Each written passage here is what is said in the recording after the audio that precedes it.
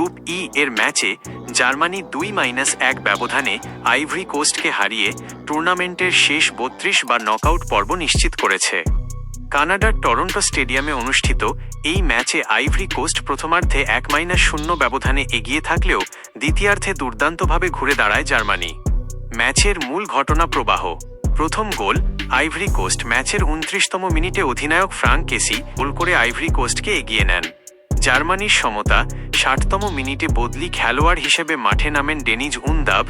মাঠে নামার মাত্র 8 মিনিটের মাথায় 68 মিনিটে নাদিয়েম আমিরির ক্রস থেকে ভলিতে দারুণ এক গোল করে জার্মানিকে সমতায় ফেরান তিনি।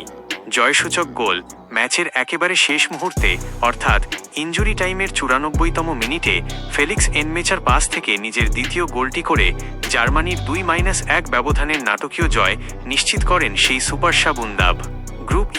গ্রুপ ই বর্তমান অবস্থা। এই জয়ের পর 2 ম্যাচে 6 পয়েন্ট নিয়ে টেবিলের শীর্ষে থেকে পরবর্তী রাউন্ড নিশ্চিত করেছে জার্মানি। অন্যদিকে 1 জয় ও 3 পয়েন্ট নিয়ে আইভরি কোস্ট রয়েছে টেবিলের দ্বিতীয় অবস্থানে। গ্রুপ পর্বের শেষ ম্যাচে জার্মানি মুখোমুখি হবে ইকুয়েডরের এবং আইভরি কোস্ট খেলবে কুরাসাওয়ের বিরুদ্ধে।